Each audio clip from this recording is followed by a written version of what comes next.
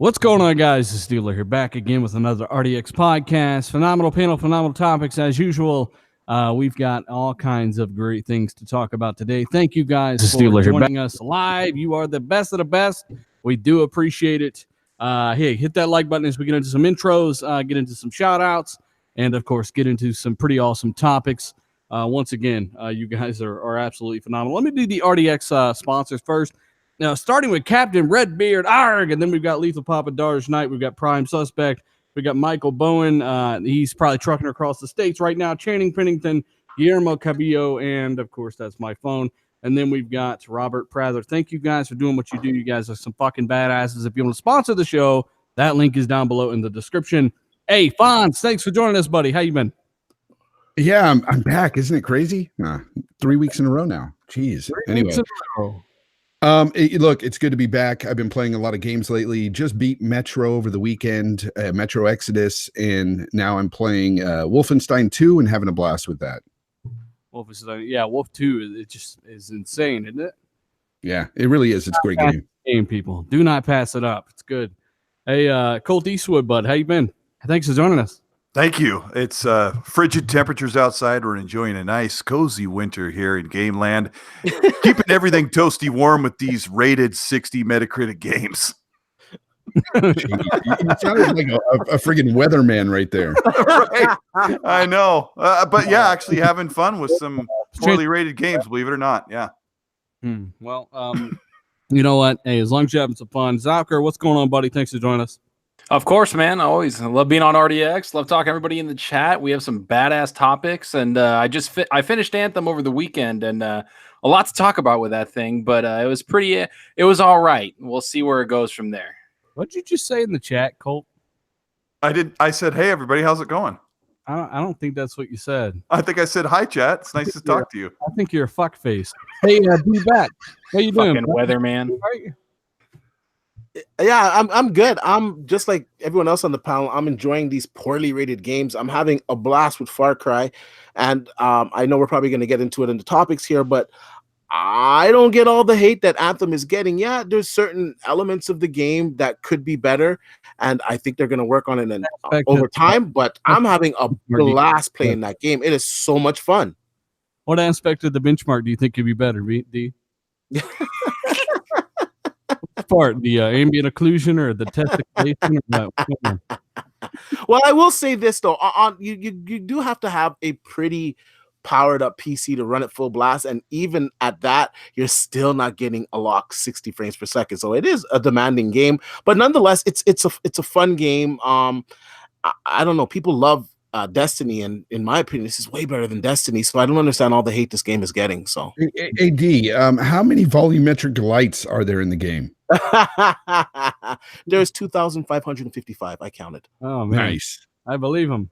Check out D-Batch's stuff. I'm sure you're gonna do some videos on it, right? Have you done some videos on it, right? Yeah, I did a video with the Xbox One X capture of it. It looks pretty good on the Xbox One X. And I did some benchmark videos with my cards and whatnot. But right now, I'm not benching it right now. I'm just enjoying it, flying around, doing the free play. It's just a fantastic game. I'm having so much fun with it. Hey, shout out to Mo Cool Kid in the super chat. What it do, man? What's going on? And of course, Brian Harris, all you guys, thanks for joining us. Let's hit that like button as we get into the main subject. Let's try to get to 300 likes before the end of the show. If you're watching after the fact, let's shoot for that 1,000 mark. Really helps, you know what? And let's get on to some of the, people are freaking out here lately about this Xbox on other devices. We've been telling them about this for well over a year on this podcast. The fact that you're going to be able to play Xbox games on mobile devices. Switch is obviously one of those devices. What's going on with, we know it's coming to PC as well. Brad Sams did some kind of file digging and found some references to being able to install Xbox One games natively on your PC. So you should be able to actually install and play Xbox One games on your PC here soon, and that's how they're going to actually bring Game Pass to the PC. D, do you see, and let us know in the chat, do you see a real use for this, given the fact that you're going to be locked down to Xbox One X settings and frame rates and things like that? Most likely, would this appeal to you? I mean, it is Game Pass, $10 a month. You already get so many good options, play anywhere with a lot of these games, but add all those other games that, being able to play on Xbox One settings. Is that kind of appealing to you as more of a PC guy?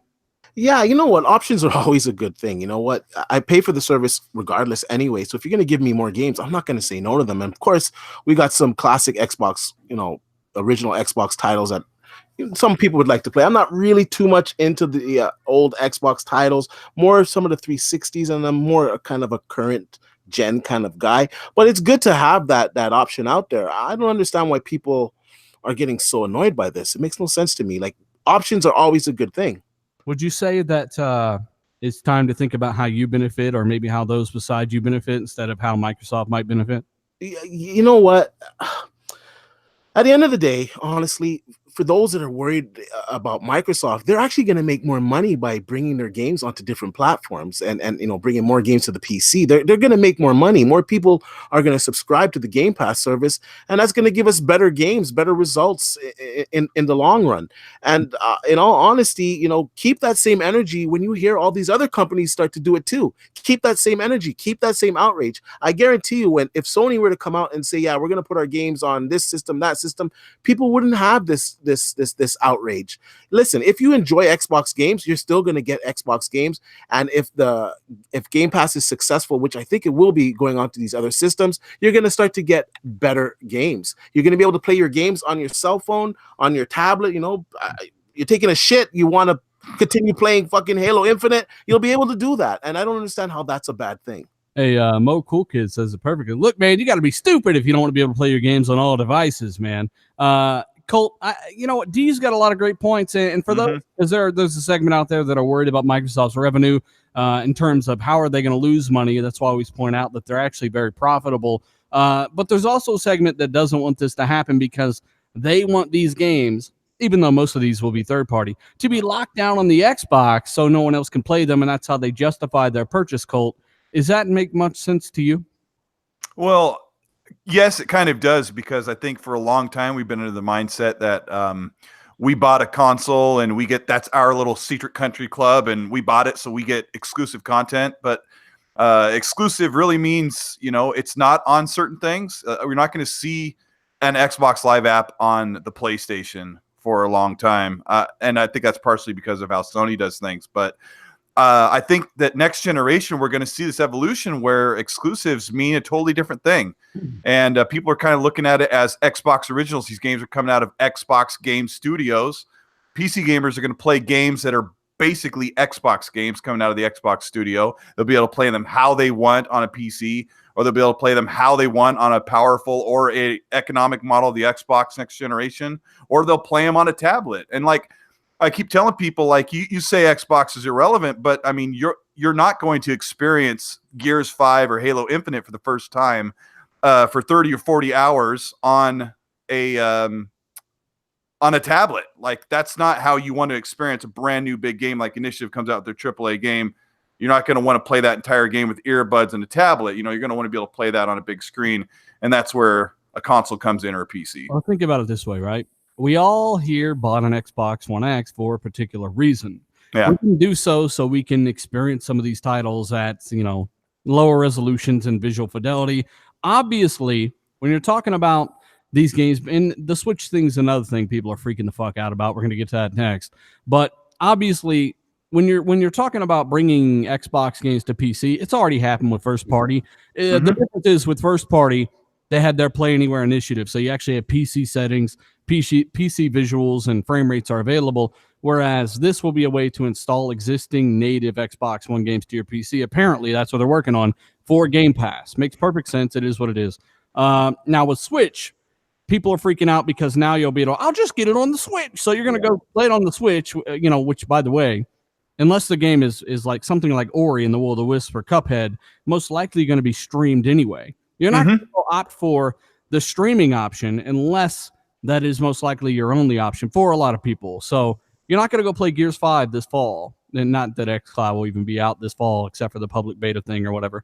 But you're not going to play something like Halo Infinite in 2020 on your Switch if you have an Xbox Anaconda or an Xbox One X or whatever that's going to run that natively and look much better. That's why you bought those things. So that says something in itself that this is going to be more for the casual. If you bought an Xbox One X, you are the hardcore. You're not going to opt to play it on something like the Switch.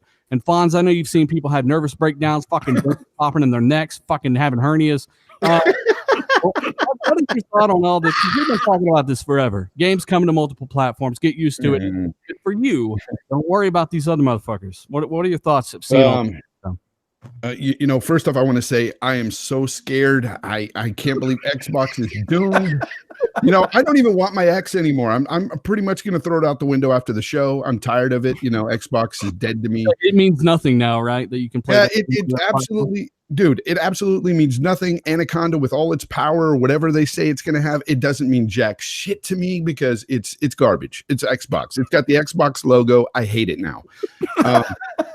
Now, in all honesty, seriously, I understand people have concerns. I had concerns about the streaming option and stuff in the past, but, really digging into it and looking at the situation and thinking about everything.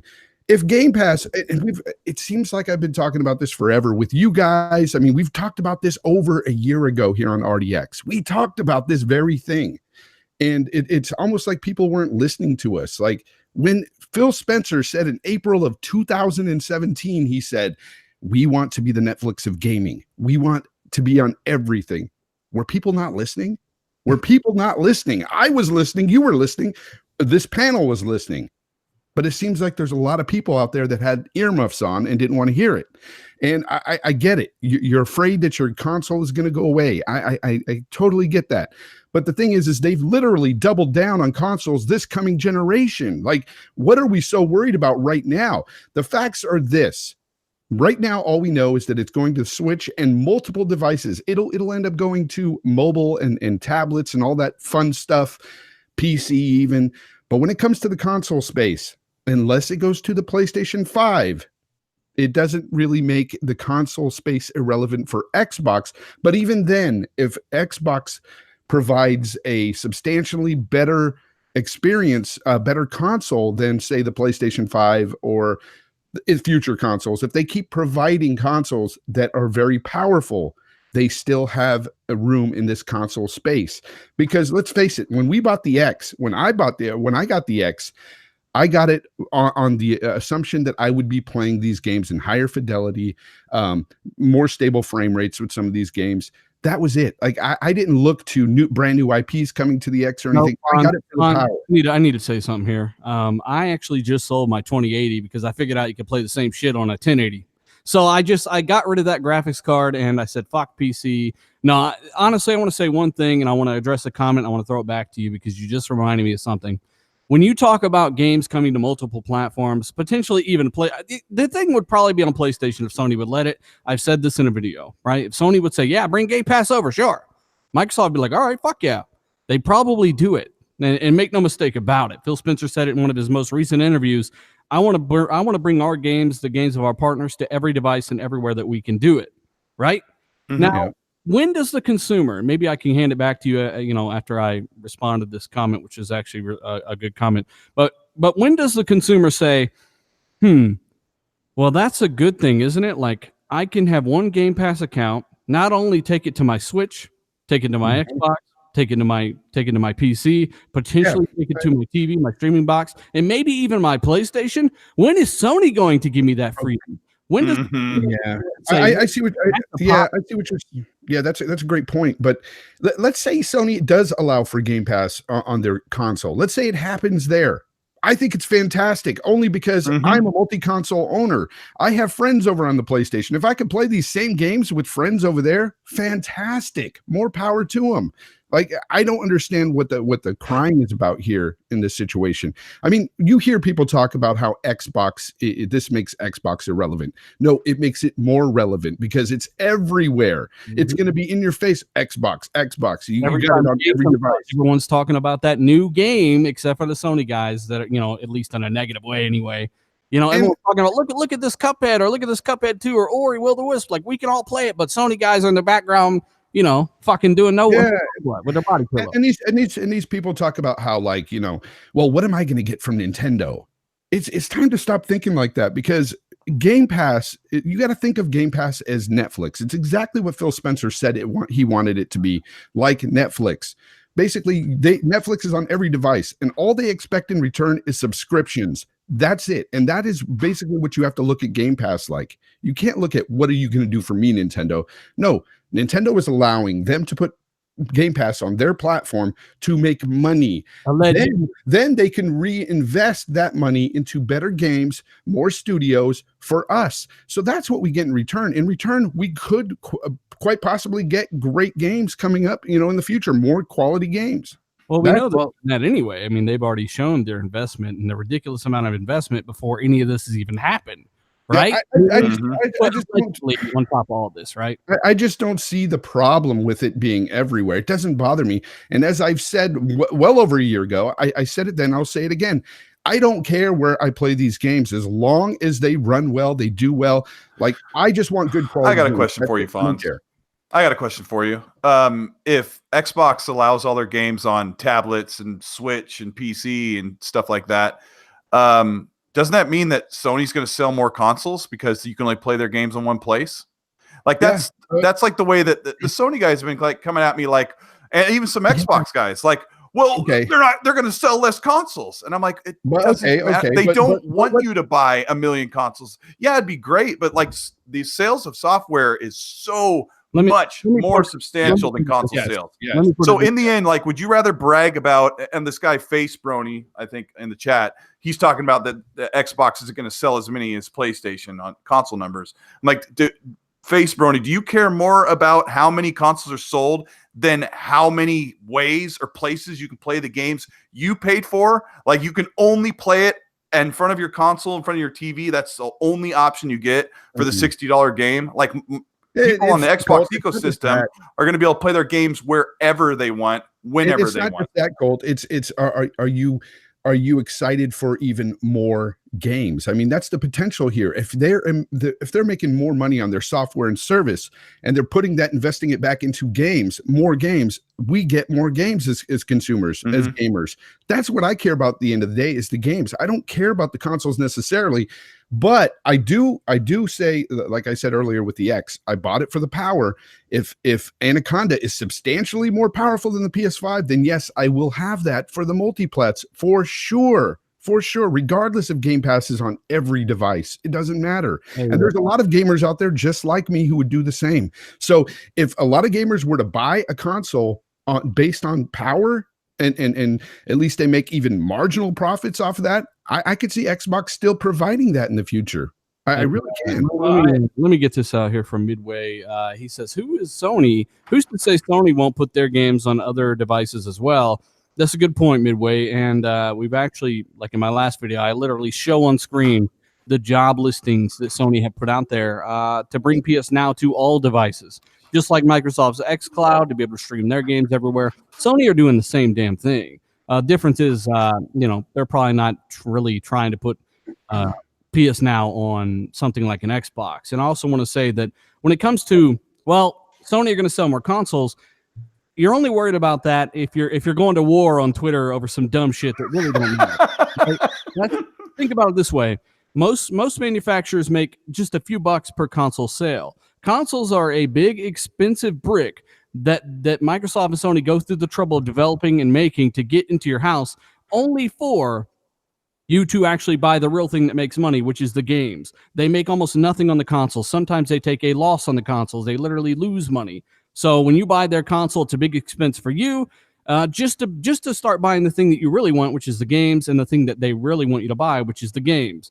The console is just kind of an inconvenient thing that it's a necessary evil to them, right? Think about it that way. So they don't care how many consoles they sell. That's why they put their games on a lot of things. And as long as you're playing their games, that's what fuels them. They don't have to invest R&D into a console or all this stuff. They can just kind of rake it in, to say. So that's no one really cares about how many consoles are sold. It's all about active users. Well, let me jump in this for a second. Sorry, I have a little spiel to say. The way I look at Microsoft and the way I see them treating their game studios is they are the reverse Steam. Steam dominates the PC market, and they tried to go into the console market. They tried making a console, they tried making a controller, and they couldn't do it. To get into the console race, everybody, or to even have a console out there, it's extremely expensive. And you have to be willing to take years of hits. And what people don't understand is that Microsoft has already done that. They've built a foundation, and they almost had it crumble in front of them, But again, what people don't understand is that Microsoft's investors and a lot of people in Microsoft have been really debating on getting rid of Xbox, and their investors have been begging them to get rid of it for a long time. Because the 360, like I said, it cost them like $3 billion because of the red ring. All the stuff that we know, the Xbox One launch, it's all been pretty bad. What people don't understand is that now all they have to do is just penetrate the PC market. And now that they're everywhere, Microsoft finally, including their investors, sees promise in Xbox. And so for the first time ever, we're getting an open wallet, basically a blank check, and they're going all out because, hey, can this go wrong? Of course it could, but they're going to give it their best shot, which they've never done before. And that's what I'm excited about with Microsoft is that not only did they break in the console space, but now they just have to do what they do best is make software for the PC space of gaming, which that's what they're doing. Sometimes they do it best. Anthony P in the chat, you must not be paying attention, man. He says, Xbox fans, I feel sorry for you. You back the ultimate losing horse. I don't understand how I'm losing. Last I checked, I've got all the same options you do on my PC. I can play all of my Xbox games on my PC. If I don't have a particular game, I can see if it's on Game Pass and play that on my PC. I have all the same fucking options as you. Ooh. Or if you're on PlayStation, got your shit too. So you're not Okay, you know, we all have a PlayStation here. Real quick, is if you're talking about, if you're a console guy, you can't say that because you're getting destroyed with every single multiplat that comes out. You're getting fucking destroyed by the X, right? So I've got you there. I mean, I'm just saying, like, how is it a losing horse when you've got the better online? Almost every game runs better compared to other console games, and I've got the option to play all of those games on PC as well. You know what the losing horse would be is if after all this that they went through in 2016 or 2017, 2018, if Phil said, man, we just really wish we could have, make more games for you guys, but we just didn't make enough money this past 2 years. So we're just going to have to wait a few years to make some games. Like, these guys aren't paying attention. They have tripled their effort. They've got multiple studios working on multiple games. They've got a bunch of stuff to show, more than Sony's probably going to show this year at E3.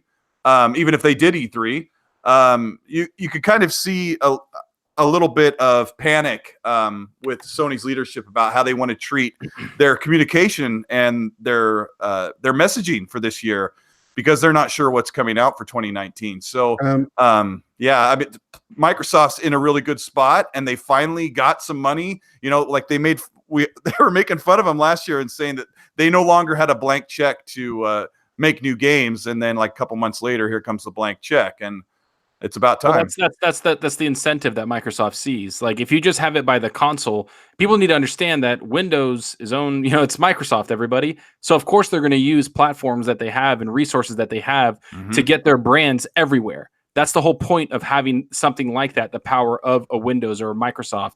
Sony doesn't have that. That's why everybody's like, oh, we're going to stick to our little console. And it's like, yeah, you're going to stick to that console because you make 30% off of every game sold on it. So yeah, of course, Sony's going to stick with it. It makes no sense from a financial standpoint. Like, I got my own business in the plaza that I'm in right now. Why would I be content to just advertise to the people in that plaza instead of the whole area or half of my city? The more people you can reach are the more potential customers that may buy your products. So it'd be stupid for them not to put their stuff on PC. And I think Game Pass is a brave move. And I really think we're in the early days of Game Pass where we're getting all this hate and all this backlash. But I can pretty much say maybe in 5 years' time, or say 3-4 years' time, we're going to look back at this and say, wow, they were on the right track, because now EA has it. Well, EA does have it. Well, Origin has one. Origin. Ubisoft has one. All these other different companies have one. Square Enix has this type of service. I think it's a good thing to be able to play your games on whatever device you own. And I don't think it takes anything away from the platform itself. It doesn't. You're thinking about it as a consumer, unlike some people. Now, Mad Max says you're crazy if you think Xbox hardcore will buy another console. When Phil hasn't shown us anything, no new IPs in 4 years. Trust me, we've talked about this more than any other podcast. I can assure you. And we've been doing it for over a year. New games. We need new games. We need new games, right? We're well aware. But here's what you might not be aware of, is that Phil literally did an interview this year and said, this is the year we show. This is the year that you're going to see new games from our new studios. He has said this. He's already confirmed it. So this whole statement about, buying a new Xbox without seeing anything new is useless. I want to say this real quick. To people out there saying, "Oh, why do I need to get an Xbox?" First of all, for the most part, I believe these games will be streaming on these other devices. So you're going to be getting like maybe 1080p, 30, 60 frames per second, whatever. On the next generation Xbox console and even the X, you're getting higher resolution. You're getting 4K, and hopefully next generation we'll be getting 4K 60. And you'll only be able to play that natively on the console. The Game Pass is just to complement the games that you own in order for you to play them on other devices. Yeah, I find it funny that a lot of people are so up in arms about it.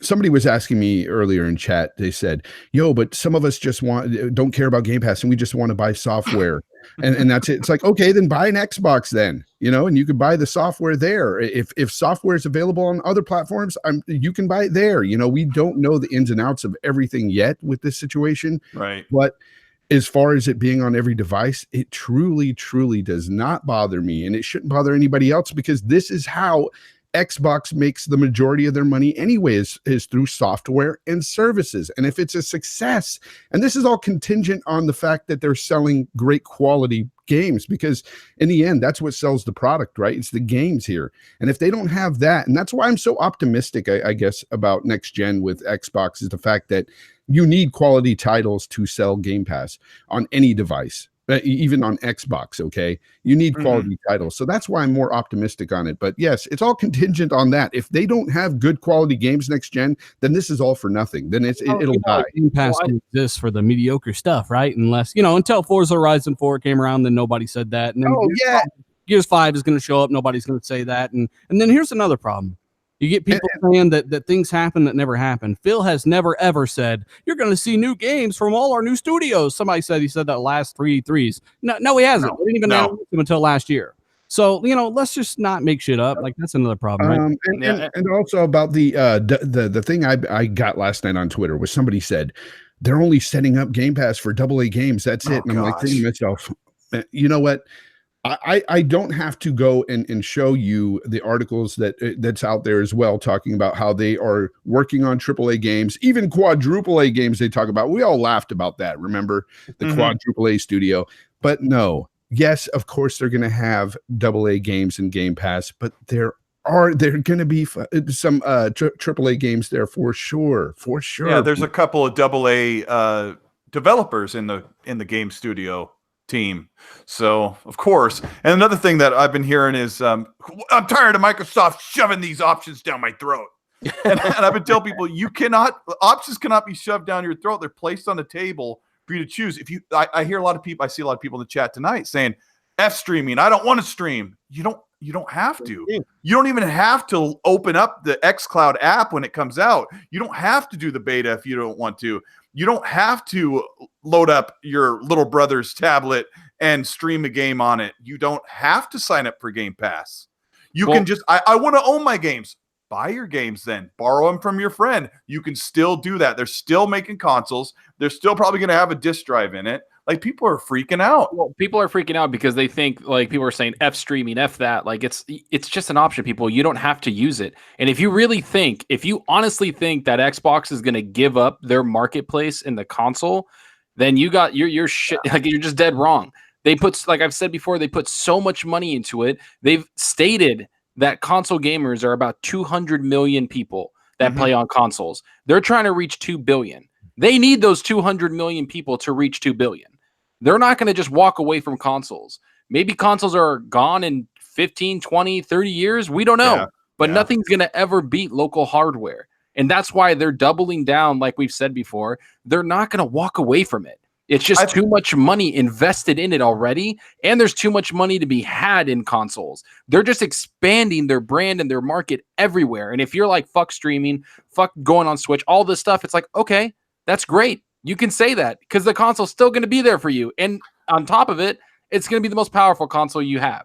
And I think by the time consoles go away, like Zucker said, it could be 10, maybe it could be 15 years. But I think just like we've evolved, those of us who grown up in the 80s and 90s, like by the time we're over consoles, like we're not playing on a plastic box with a fan spinning inside of it, like just like we kind of ditch CDs, right, Fonz and D? Like we don't pop a CD anymore. We're streaming our music. Like we're over that. and we're okay. Like, we like the way it's evolved. I think in 10 or 15, maybe 20 years, like Zucker said, when consoles aren't around anymore, we'll have said goodbye to them long before. And I don't think it's a worry. Hey, and I really think that's how I've been around long enough to see how things change, you know, like I listened to my first set of music on a 45 record.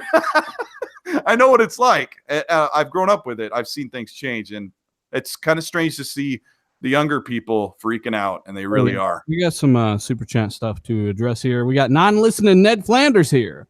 you all flipped the script really fast. No, we didn't. We literally have been talking about how pro-consumer Play Anywhere has been for years. Before the podcast even started, a lot of us were actually like, hey, that's a cool option. So no, we didn't flip no script. Finish the goddamn super chat. We didn't. Fuck. All right, so we didn't flip no scripts. PC been telling you this is how it's going to be for years. I don't know what you're talking about there. And by the way, Microsoft will keep the hardware. Basically, the games are going to be the same standard bullshit. No, they're not. We've seen that with the X. You guys all said that with the X, that the games wouldn't move forward. There'd be no difference. They'd be held back by the Xbox One original. Not true. Thanks. Not true. And then we've got another one from Meat Puppet. He says, question. Does the panel think that Sony and Microsoft will keep the local storage in the next consoles the same, or move all saves to the cloud? That's a good question, Meat Puppet. Saves actually take up the least amount of storage. You might be talking about like with your game installs. Those are going to be big. There's no getting around that. If you're playing them locally, you may have a streaming option, which would be good maybe for if you're low. But what I will say is that's why external storage is going to be massively important, and it's going to be interesting to see how they do the SSD stuff in the next consoles, because most people are going to be playing games off their externals anyway.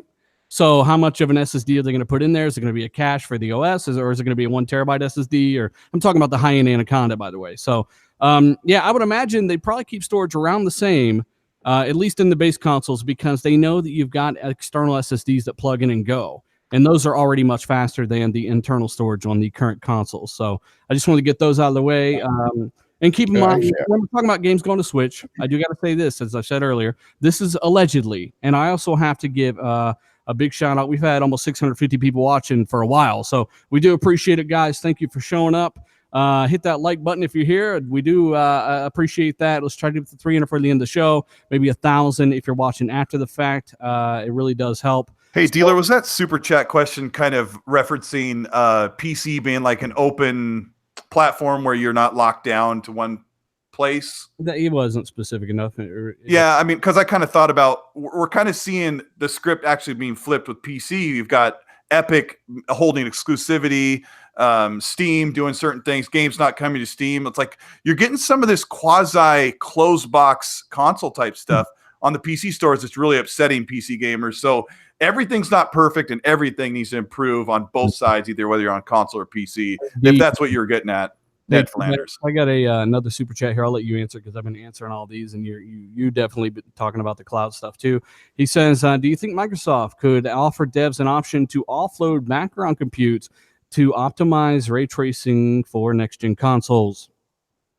Are you asking me to read that? No, I was D. I was telling D that. Oh yeah. So in theory, it is possible, but I to be honest with you, I don't know what Microsoft is doing behind the scenes. But for ray tracing, you need a lot of compute power, and obviously the cloud is something that could offer that. So in theory, it's possible. I don't know if they're going to be able to do something like this, though. To be honest, it would be interesting. I do think that the people, while they're disappointed with Crackdown 3's multiplayer, that's the first generation of this technology. Do not think it's the last you'll see. And I think you're going to see that used in a lot of cool ways in other games. But as far as ray tracing specifically, that's a very low latency thing. I mean, unless you're talking ray tracing in the distance, or which is kind of useless. Usually it's all very dependent on your camera angle and lens and light refracting things. And it's all very, very low latency stuff. You want it to be pretty accurate. So ray tracing in the cloud, maybe not, but other things like destruction and stuff like in Crackdown, but better. I would say definitely for sure see that. Yeah. Just to go back to that one super chat that said that we flipped the script. Obviously, some people haven't been listening to us for a while now. No, ever, almost. Yeah. But either way, I mean, hey, if that's your opinion, that's your opinion. Let's try to get a better opinion next time and, call it a day. So, I wanted to talk what Colt was saying about the Epic Store and how they're kind of getting the Metro right. You can only get on the Epic. The reason why PC gamers, and I consider myself one of them as long as an Xbox gamer too, is that this isn't made by Epic. It's a third-party game that should be going everywhere. So when Left 4 Dead or the Orange Box, stuff like that was out, it came to console, but it also was exclusive to Steam, and that's because it was made by Valve. So it's kind of like the up in arms that people had with Rise of the Tomb Raider, where Xbox bought that exclusivity for a year. That's kind of what's happening. That's why people aren't mad that Gears of War, Forza is on the Microsoft Store, because Microsoft made the goddamn game. So that's why I see the uproar in PC gamers that, why are you not putting it everywhere, right? Instead of that. And so some PC gamers are combating that by putting positive reviews on Steam for Metro. I don't know if you guys seen that. Thousands of people are putting that because the game is pretty damn good. But it's also, kind of a weird move for them to do that, especially on the PC market, because PC gamers, they don't play that. Ain't nobody got time for that over there. So that's the problem. Yep. At least to me. One more thing. People are talking about Sony bringing their stuff to other devices. You guys got to remember that Sony want this more than Microsoft. In fact, they spent a shit ton of money for Gaikai just so they could do this years ago. And they did it. They put it on PS TV. They put it on PC. They put it on PS3, PS4, Samsung TVs. Sony have done this years ago. So let's not act like Sony or double down or sticking to traditional console shit. They did it years ago, just didn't do it well. So people didn't like it. Would you say they didn't have the infrastructure for it? Is that why it failed for them? Tried it. They still don't. They still don't have it. They wanted it. They knew they didn't have the latency down far enough. It was like 100 milliseconds or more, and they still wanted to do it so bad that they still charge you $20 a month to do it to this day, instead of emulating PS3 games like their new patent says they can do. At this point, for them to be successful at a cloud streaming service, they'd have to partner, use Azure or partner with Google or Amazon, and those companies, of course, they're doing their own thing, so that's just not going to happen. So I don't know. I kind of see Sony getting lost in the near future, at least in the streaming thing. You mean like left behind? Yeah, in the near future, at least. I don't know what they can do to combat that, but they're definitely years behind. Well, they're already hiring people, and if people go off the same thing, PlayStation 3 has no more exclusives because I can play every single one of them on PS Now on PC. So that's the point, right? That's what but the only thing people are looking at is like, the day and date thing, right? Is on Game Pass, and you can day and date on PC. That's coming to PlayStation, guys. That's just it's inevitable. And you either keep up or you get the fuck out of the way. Andrew V says, would Microsoft really be doing this if they were winning? Andrew, I'm going to remind you of something called Games for Windows Live. Okay, they literally already were trying to implement Xbox Live and put their shit on PC during the 360, when 360 was dominating MPD for 26, 27 months straight. Yep, good point. Right? So they've always been about the PC thing. They just didn't have the infrastructure and the leadership to do it correctly. Now they're more pro-consumer than ever, giving you 2 copies of their games for free, right? 1 extra, and plus all the Game Pass stuff, even if you don't own it. Like if you're on Game Pass and you want to try Crackdown, subscribe, play Crackdown 3 on the PC for that same subscription. It's just more pro-consumer and it works better now. And now that they're only doing it because they're behind. That makes no sense, man. Just to counter what he's saying there, then why is Sony doing it? Sony's definitely the market leader right now. They got their games on PC.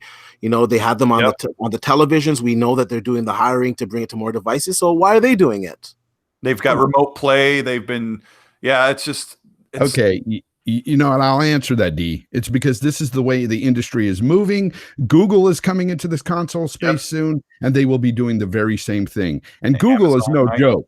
They've got the money bags to do this. So I mean, it's just the way the industry is going. It's that simple. Anthony P says Sony don't have those ports, Dave. That's bad for you. I don't understand why you don't understand that. Sony will always have exclusives, and Microsoft won't. Is Bloodborne exclusive? I mean, it's on PC through PS Now. Is that not exclusive now? I can play it on my PC. I don't need Until Dawn also. Until Dawn? Like, are you damage controlling dealer? I don't know. Like, I'm just trying to figure out why people are so fucking stupid. Like, why? Like, I think it's funny that it's like the catch-all. Oh, you're just damage controlling. Jesus. Oh, you mean I'm explaining it to you? Is that a hard part for you? Locked down on the PlayStation and only the PlayStation? Is that good to you? Like, I don't understand. Well, it means that my PlayStation purchase was validated. You know, it's like, holy smokes, dude! Like, give me a break. You bought your PlayStation in 2014 or 2013, probably. Like, you make amends with it. You made the purchase. You enjoy it. You love having it. We all own one. We all own a PlayStation.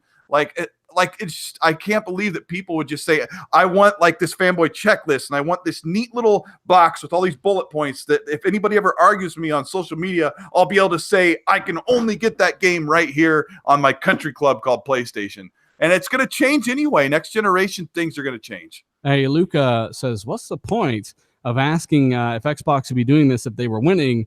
It doesn't matter. They're still doing it, as I said before, just like they were 360 with the games for Windows Live, which just wasn't executed correctly. They're still doing it once again. It's not because they're losing or winning. It's kind of Phil Spencer's bag. Hey, I paid $60. I should have access to everything I pay $60 for on any device, kind of like Netflix. Kind of like movies anywhere, kind of like your music. I mean, what else? Like, the only thing you can't take, I mean, you can take a sandwich anywhere. These guys are being crazy. I mean, now, if they announce this for Sony, like, I would expect Sony gamers and consumers like us, my Game Share buddy and I own like 25 games on the PlayStation, like the really, really good ones. Like, I want those to move forward. I want to be able to play those wherever. Like, that would be a perk. That, like, these guys don't know what the word perk is. You know what annoys me the most about it is that the beginning of this generation, Xbox wanted you to take the disc and then you put the disc in, you download it, you know, the DRM thing, and then you can take the disc and you don't need to use it anymore. Do you know how much that annoys me that that's not part of the like Xbox ecosystem, that we can't do that anymore? I would like when you go to Best Buy and you're about to buy a Blu-ray, do you just buy the Blu-ray or do you look at the Blu-ray plus digital copy? I always get the one with the plus digital copy. Yeah. Because I want the digital goddamn copy. Yeah. That's a big one. Like, I would probably watch it more digitally than I do with the physical. Because I would think it's somewhere where, like, it irritates me that I can't do that. And I want that back. Like, I actually want that. But people were up in arms and calling it like it's the devil's curse. And I'm like, man, that sounds so good. Like, if my disc breaks, it doesn't matter. Because it's in my ecosystem. Like, that irritates me so much. Back in like 2001, I ripped like 70 of my CDs onto MP3, and I've had those with me ever since. Like, dude, my buddy had a kid, and his kid took all his Xbox games and smashed them when he wasn't looking in his DVD player, and he came back to like 45 broken games. Ouch! Like, I'm not even joking. Like, his kid he was like 3 years old, and I was like, holy cow. And it's just like, oh, well, if you had DRM. Most people, but it doesn't matter. The option is still good. That's the point. Yeah. If you're not a fan of having digital, then don't do digital, right? It's the same thing with streaming. It's the same thing. If you want to play your games only on an Xbox, then only play your damn games on an Xbox. You can still do that, right? You don't have to go to anywhere else or have that option. Or if you don't ever want to own a PC or a Switch, that's fine. But how does it take away from you personally if you don't do it? Dealer, I hate options. I go to the Subway with only ham. That's it. Get the ham, I'll take your ham sandwich. I don't got to think at all. It's great. Hey, I want to go ahead and move with subjects and topics here because you have those? Yeah, we do. We do got more stuff to talk about, but this one's been crazy because everyone's freaking the fuck out. And I'm like, hey, it's not that big of a deal. Like, it's, you know what? Who cares? But at the end of the day, there's just certain people out there that just want to be able to say, hey, guess what? Go fuck yourself. You can only play this game on an Xbox. To some people, hey, I get it. We've all been around for a while. We all want to say, go fuck yourself to certain groups of people that are super toxic. But at the end of the day, you start thinking like, hey, how does that benefit me to be locked down to one box? Even though I play it on my Xbox 99% of the time, if I want to be able to play something on my PC, like I play Shadow of War on my PC, that was the last time I really played hard on the PC, was Shadow of War for free, but play anywhere.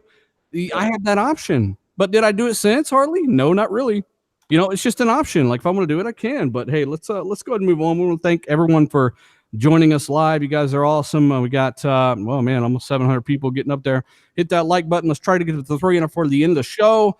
And, of course, if you're watching after the fact, let's try to get to 1,000 likes. That'd be absolutely amazing. Whether you agree, disagree, it's completely fine. But understand that you're not losing anything here. And if you want others not to have your games for some reason, Think about that. That's something in your own head you gotta kind of address. Can I say something real quick? I don't know, Face 23 said you guys are happy to pay for Xbox Live Gold while other platforms get it free. You don't mention that. Actually, I did mention that. I talked about that at Crossfire when I went, basically head to head with Crap Gamer.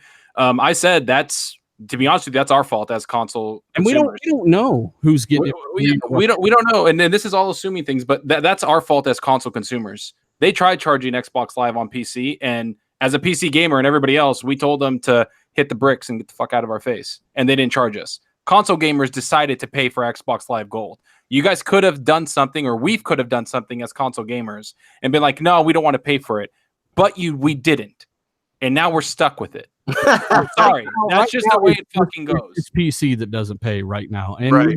while I agree that it's fucked up, that I can literally go from my Xbox where I'm playing, let's say, State of Decay 2 in a party with friends. I'm playing online. I'm in a party. I can literally shut my box off, switch to HDMI 2, go to my PC, jump on the Xbox app, back in the party with them from the PC, and jump into their game for absolutely free when I was just having to pay for it with a box right next to my PC. Yeah, that's a little fucked up. I agree. We need to do things a little different there, or something with the Switch. I don't know what they're doing there. Like, will they have to pay? You think, D? I would say on the consoles, I think they're. I don't know. It's hard to say, because if you don't charge them, in all honesty, that's definitely gonna stink. That's like me or somebody that's like Joe Rogan saying, "Hey, I got the biggest podcast in the world, and guess what? To all of you who show up live and support, all of you have to pay $1. But all the guys that barely tune in and don't really keep up and know what's said, you guys get to watch it for free." It's a little bit fucked up, right? Yeah. Hammering your most hardcore supporters while letting some random newcomers just do everything for free. I think that they're gonna have. I think if it comes to Switch, right, or whatever, I think that they're gonna just pay the Switch fee, right, the Nintendo online fee that people have to pay. I mean, just to play online, I think that might be it, but we don't know. We don't know anything about what's going on with it. But it is. I do have friends that I cross-play with on Sea of Thieves that play on PC, and they don't pay Xbox Live at all, and we play together.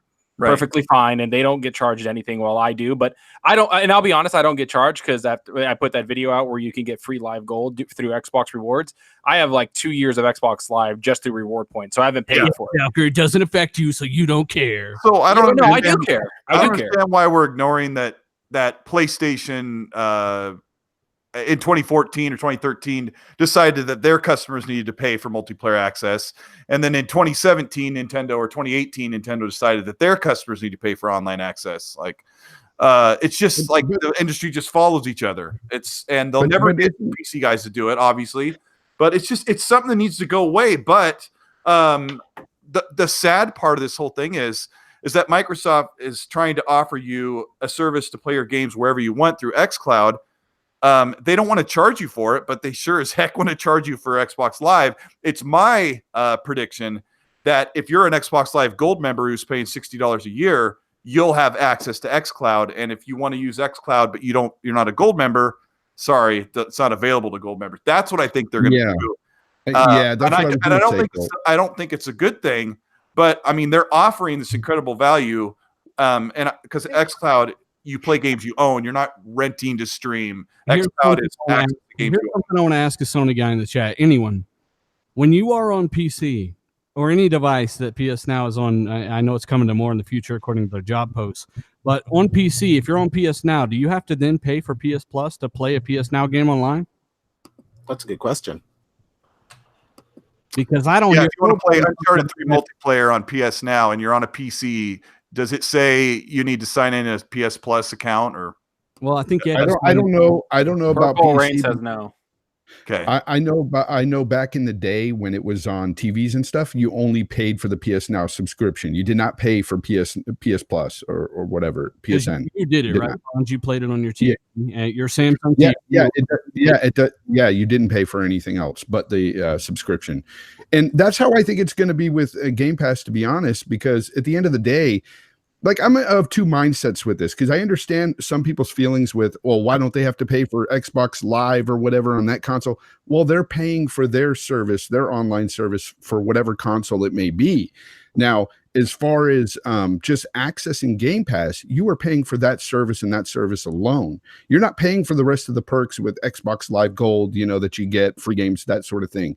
You're not getting that with Game Pass.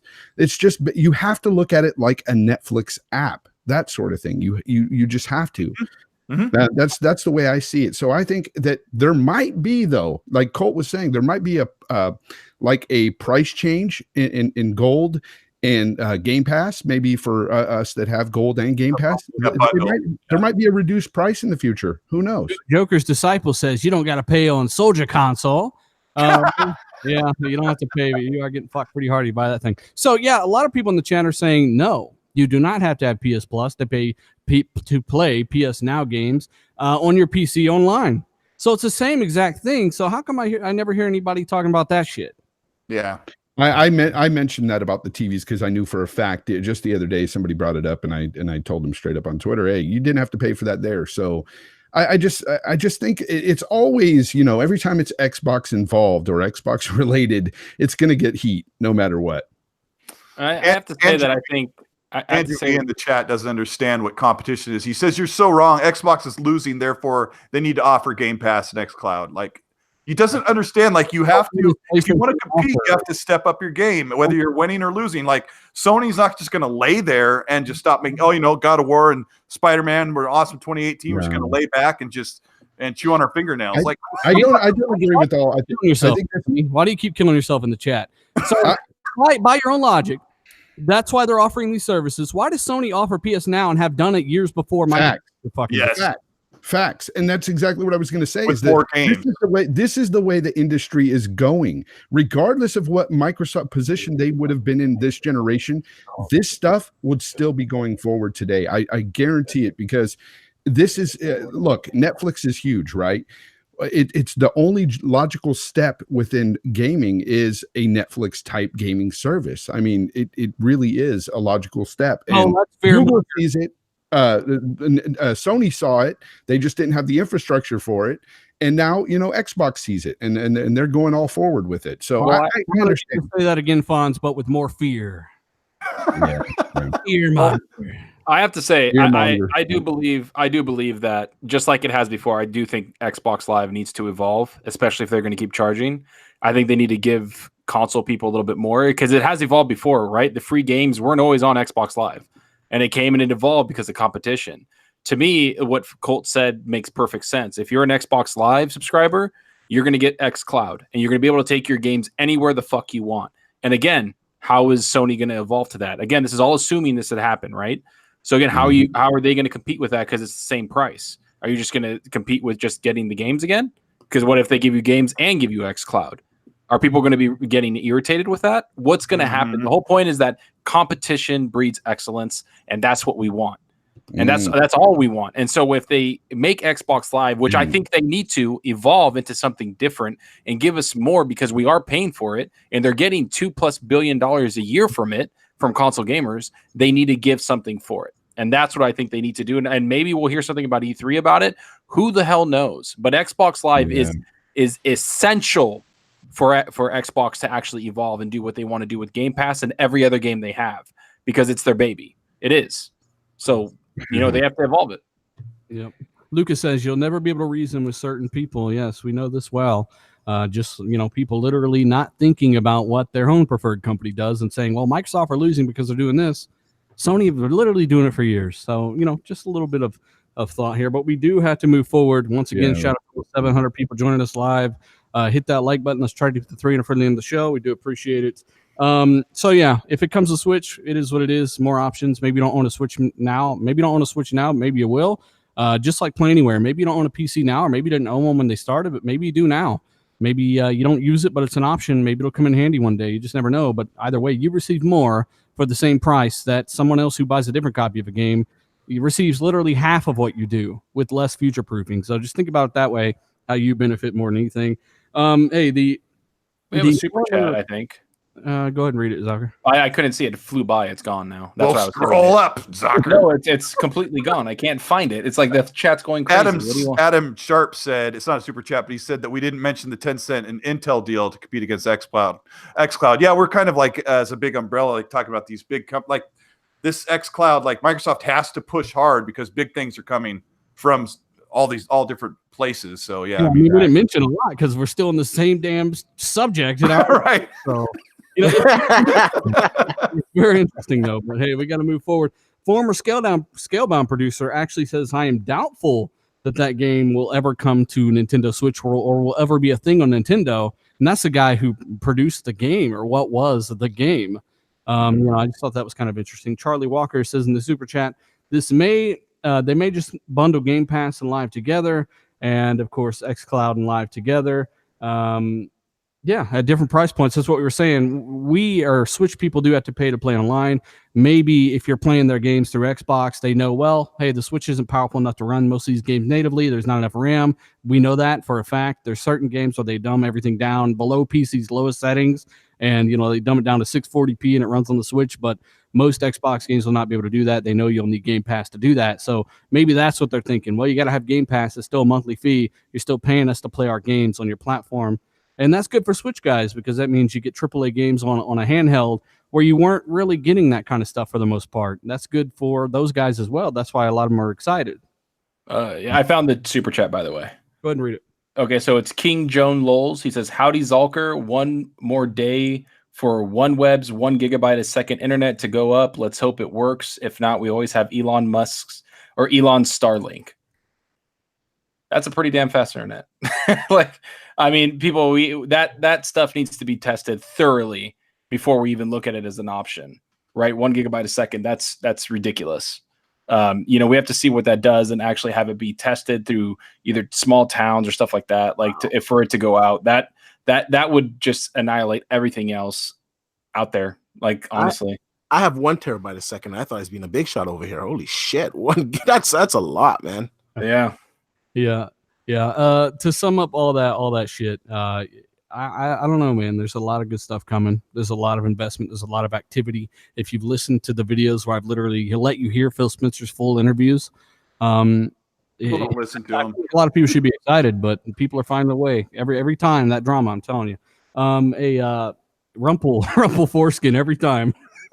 Thanks for the super chat. He says, great chat, guys. Thank you. We do appreciate it. But like I said, Scalebound producer says, I don't think we'll see that game on Switch, so that's pretty interesting. Undead Labs, this just came out. They're going to be at Inside Xbox on March 12th. People are like, why are they going to be there? Well, apparently, I think they mentioned they had a survival mode coming out for State of Decay 2. They're going to ramp things up and make some changes. That game has gotten a lot of updates. So, don't they have one? Remember me, you, and Colt were doing that survive. I guess that horde mode. I guess. Oh my gosh! We were getting just utterly annihilated. I think that was the Daybreak. This is like a literal survival kind of hey, way harder. I have a clip of Soccer and I taking on 90 zombies and Dealer's over in the corner clipping his toenails in the game. I'm like, Dealer, help us! Oh man, that was a lot of fun. That was fun. Sorry, go ahead, Dealer. I think it's more of a difficulty mode thing, so I don't think it's going to be anything big, but who knows. All the Lost Planet games are now backwards compatible. Just that in there. Also, Trials Rising released today. I'm trying to get through some of the stuff because we only got so much time. I don't want to take everyone's time. I want to get to the good topics. Crackdown 3 update fixes some bugs and boosts performance, even though I thought it was fairly locked from what I saw. Also, deals with gold. Assassin's Creed and Far Cry sales are going on now. And the Assassin's Creed Odyssey Ultimate Edition is now only $40. That's the one above the Gold Edition fonts. Isn't that a fucking steal? Buy the damn game. Really?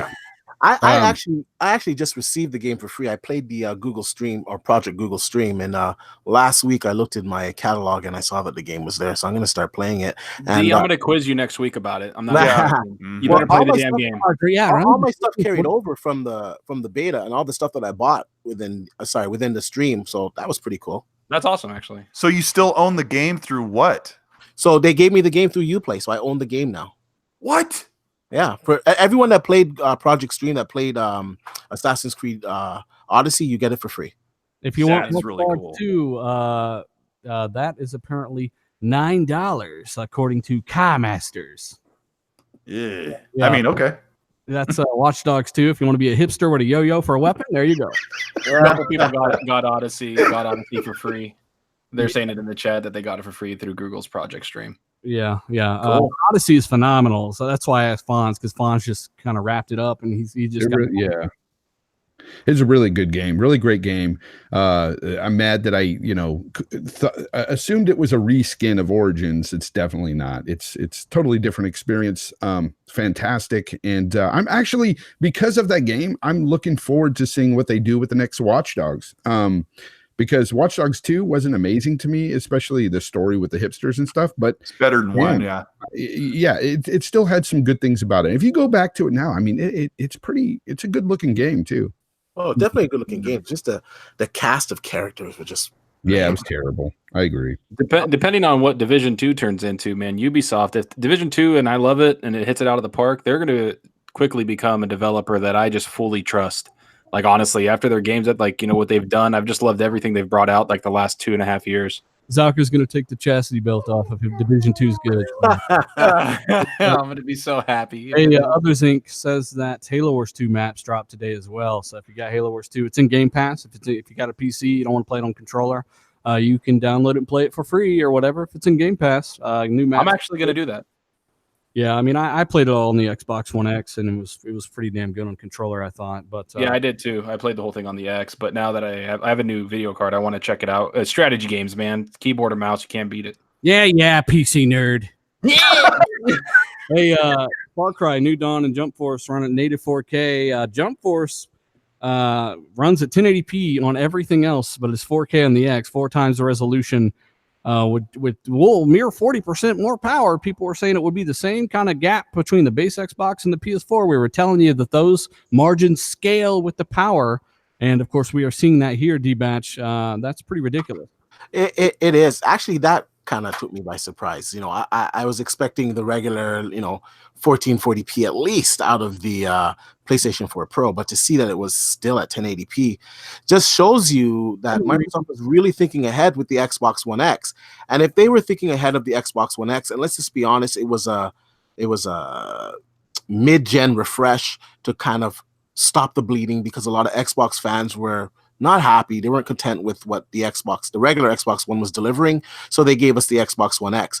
So now they have, since the Xbox One X came out, they have a lot more time to concentrate on the next generation of Xboxes. So just imagine how powerful and how efficient that system will be. I have great hopes for the next gen system. And honestly, to tell you, the X, it's a fantastic system. The only thing I could point at the X, to be completely honest, as a PC gamer, is that unfortunately it still has some 30 frames per second games, but graphically it holds up to PC straight up. Which we were telling people the average AAA game would be, most of them would be 30 frames before the thing came out because of the CPU. So, wait, so it's even 1080p on the Pro? Yeah. Holy Jesus. See, like, this is what people need to understand, is that Microsoft has two. As a Pro owner, I'm disappointed. Oh yeah, same here as a Pro owner.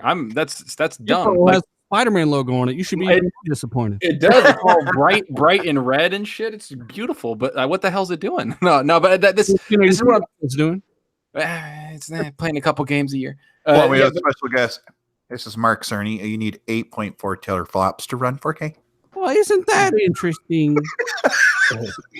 What happens when the PS5 is only 8 teraflops? No, I just think that this is Microsoft. Like D was saying, that the X is such a it's just a well-coded piece of hardware. They've done so well with it, with the machine language, everything, that it's Microsoft has two customers, us and the developers, and they made it extremely easy for the developers to either port games over or even make games on the X. And that's exactly what they want, and that's what they're going to do going forward to get the best out of developers. And that just it irritates me, but makes me happy at the same time. Like, I didn't think the Pro. I was like, why are we talking about the PS4? Of course it does 1080. And then it's like, oh, the Pro too. It's like, oh shit. Way to go, guys.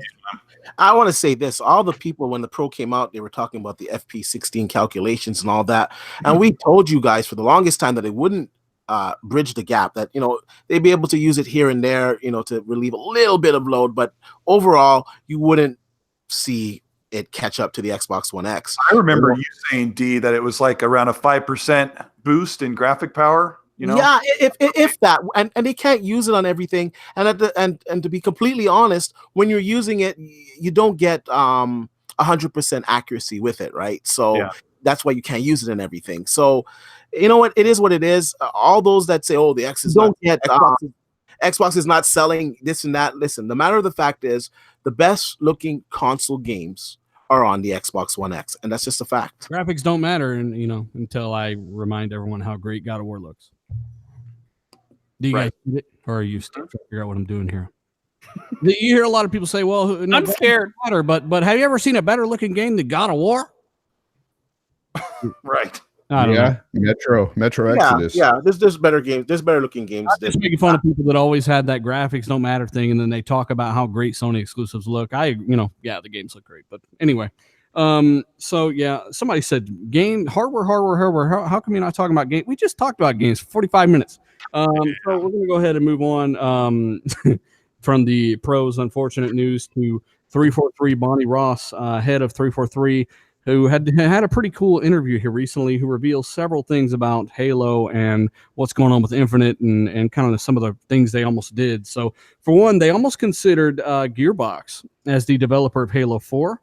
Bonnie Ross convinced them to keep it in-house. It's pretty fucking sad that she even had to do that. Microsoft, especially Microsoft of old, with old Steve Ballmer and Don Matrick, to have to convince them to keep one of their biggest franchise in-house is fucking ridiculous, but she did it, thank God. She also says that the team almost did or considered doing, at least her and Phil talked about doing, a Halo 5.5, kind of like a Halo 5 ODST. It's kind of like something else before the next console, but they said no, we want to go big. We don't want to throw something out there that's kind of half-assed. And the reason that Halo Infinite has taken so long in its development, aside from the story development, all the resources they're putting into that, is the new Slip Space engine, which that's a 4K 60 beautiful engine. We saw the tech demo running in real time last E3, and they had to make that new engine from the ground up. And let me pause you real quick. I'll let you go into this because I need to say this. I was recording Halo 5 for my last video, and it runs at like native 4K and then drops down dynamically to hold 60 frames. I loaded up a mission where I'm as a Spartan Locke, and he's got his hands on his weapon, and that's covering like a good 20% of the screen. And his hand, you can see this perfect shiny leather texture on his gloves that looks so freaking real with the stitching. And then I looked at all of like the little nuances on his rifle that just like shine on my 4K TV, and I'm like, holy crap, this game came out 2015, and it's got the X enhancement, and they're making a new they're making a whole new Slipstream engine, a whole new engine for Halo Infinite. Like, this is going to look really good. And Halo games have always looked really good too. Hey, Zachary, can you do me a favor? Because I'm keeping up with all this other stuff. Others Inc. Asked for a link to that article. Can you go to Gaming Bolt's Twitter? They just did a post on it and link that in the chat for people. But yeah, about the border, about the you're talking about the engine and what they're doing to build Halo Infinite to make it look better and play better. Yeah. They basically said that their investment in their new engine and stuff is a big deal, and they built it from the ground up to kind of make that game shine. So hopefully I'm sure it'll live up. Red Dead Online making 5 times less money than GTA Online. I'd say people have figured it out. Take-Two, Rockstar, and it's time to do some new shit. Right? What do you think, Fonz? I think it's time to move on from that venture. Honestly, I never played the first Red Dead Online, and I love Red Dead games. I love them, but just to play them online just seems like not a great thing. I mean, even when I messed around with it with Colt in the first one, I didn't care for it. I mean, we did our thing, Ascot Gang. We had some laughs, like Gang. But it's fun. Like, Fonz are probably the biggest Red Dead fans on the planet, and I put like maybe 2 hours into online. What'd you do, Fonz? We just basically color coordinated our characters. No, what did you do for 2? How much? I played like 2 hours in. I played a lot. No. I didn't even mess with it, man. I saw a lot of video play on it, and I just didn't care for it. It's not my thing. Anyway, sorry, dealer. We digress. Sorry, I was digressing. I didn't even hear you guys. So, hey, Amy Hennig says that these big publishers will not even approve big Uncharted style story type games anymore. I don't buy that, because we know Microsoft are working on at least a couple of those with what they've said about like all the leaks and stuff we've heard about. Did you read this article? Say what? Did you read this article about what she had to say about that? Yeah, chunks of it.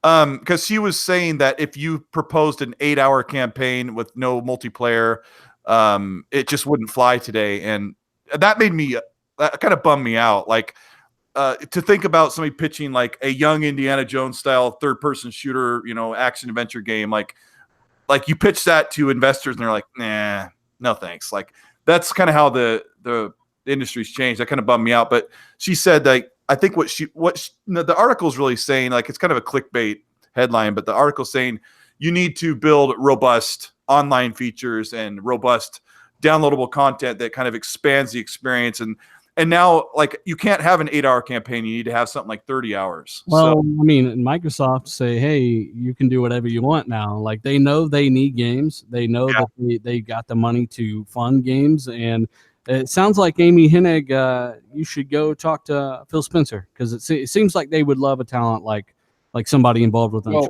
I actually have to agree with her.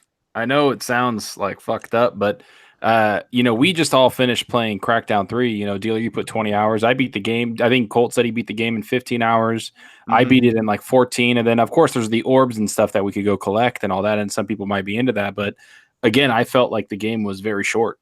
I was like, oh, I'm already done. Like, I did all this. And I tend to, I know that it was short because maybe they only had 2.5 years to make it. But at the same time, I almost agree with her that a lot of people have a standard now. Like they want longer games because it's more engaging, keep them engaged, keep them playing. And they want to, $60 is a lot of money. And maybe this is how Game Pass combats that, right? Because you can just make a small, 10-hour centric linear game that people can play without multiplayer and put that in Game Pass, and boom, there you go.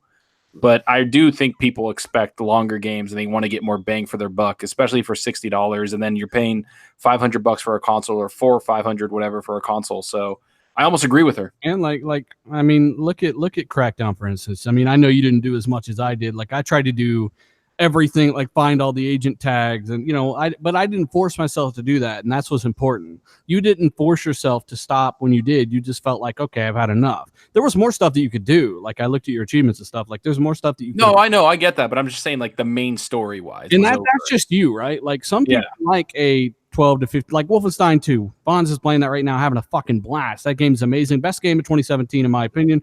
That game is 14 hours long, and it feels like it's like Inside. Like, I paid 25 whatever bucks I paid for Inside. It's a couple hours long, but it's the experience that it leaves me with that I remember. Not, did I grind it out for 50 hours? If that makes sense. Like, I think that Game Pass, to setting itself up for the future more than anything, people have to remember, even if Game Pass isn't as profitable, because we've heard some things behind the scenes, even though I'm not sure how accurate some of these things are, we know it has millions of subscribers. Even if it's not as profitable as it could be today, neither was Netflix. These things take time. And when you build up, let's say over the years, you get 5, 6, 8 to 15, 20-hour campaigns. That's an incentive. Every one of those is an incentive, especially if they're quality, for a new subscriber to get in there and get to know that service and to hang around. It doesn't necessarily have to be with Game Pass, a super long game. I feel like that liberates developers more than anything, because the engagement's there, the curation's there. And now the incentive is there for people that want those kind of experiences, right? Well, I get what you're saying, but also I just see games evolving, right? Like, look at Metro. Wasn't Metro like a 12-hour game, the first two? And then now they've evolved into an open world game almost, right? Or actually it is. It's an open world game that you can get. I think Fonz is like 30 plus hours in. Yeah. Or he took 30 hours to beat it. 30, yeah. I feel like that was just a natural extension of Metro, though. Like, I don't feel like that's forced, I feel like Far Cry New Dawn is longer than it should be too. So there's kind of two sides of the coin. Like, I really love Far Cry 5, but I feel like I'm like it just doesn't track for some reason on this game. It's one of those that won't let you. But I feel like I have like 20 plus hours in the game, and I'm not far enough in for what it's like there's too much padded low time in the game. But it's just I'm just going off of what you said. Yeah, and I look back at Uncharted 1, I absolutely love that game. I know people said it's not as good as 2. I'm like, well, yeah, but it's awesome. I don't look back and say, oh man, that was only 8 hours. That game was great. Like, some Halo games that you can finish them in 6 or 8 hours, and they're really fun. And by the time you're done, you feel like you're done. But again, those were made how long ago? That's all I'm going off. And multiplayer, you know. It's a last and they have multiplayer, but that's all I'm going off of. Like Last of Us 2, I mean Last of Us 1, I know people love that game. And then I remember when God of War, people were like, "Oh, how long is it? 10, 12, 15 hours?" And then they were like, "It's about 35 hours." People like shit themselves. They were like, "Wait, what?" What about they didn't know what to do. Think about Spider-Man, a game you and I both really enjoyed. Like, oh yeah, man. People beat that game in 11, 12 hours, bro. And I put 25 hours in that bitch. I put 37. Yeah, like there's a lot of time in that game, but I'm not forcing myself to play that game for almost 30 hours. Like if you want to run through the story and you don't really know what's there and you don't take the time to figure out what's there, even though those side missions suck balls, then that's your own fault, and you're not really the type of gamer that is worried about that anyway, getting maximum enjoyment for your dollar or, really exploring that world. You know what I'm saying? Yeah, and I don't want like every game to be like I talked to Dealer, like I was telling him like I don't want an open world game about like a couple weeks ago. I just wanted a very linear game.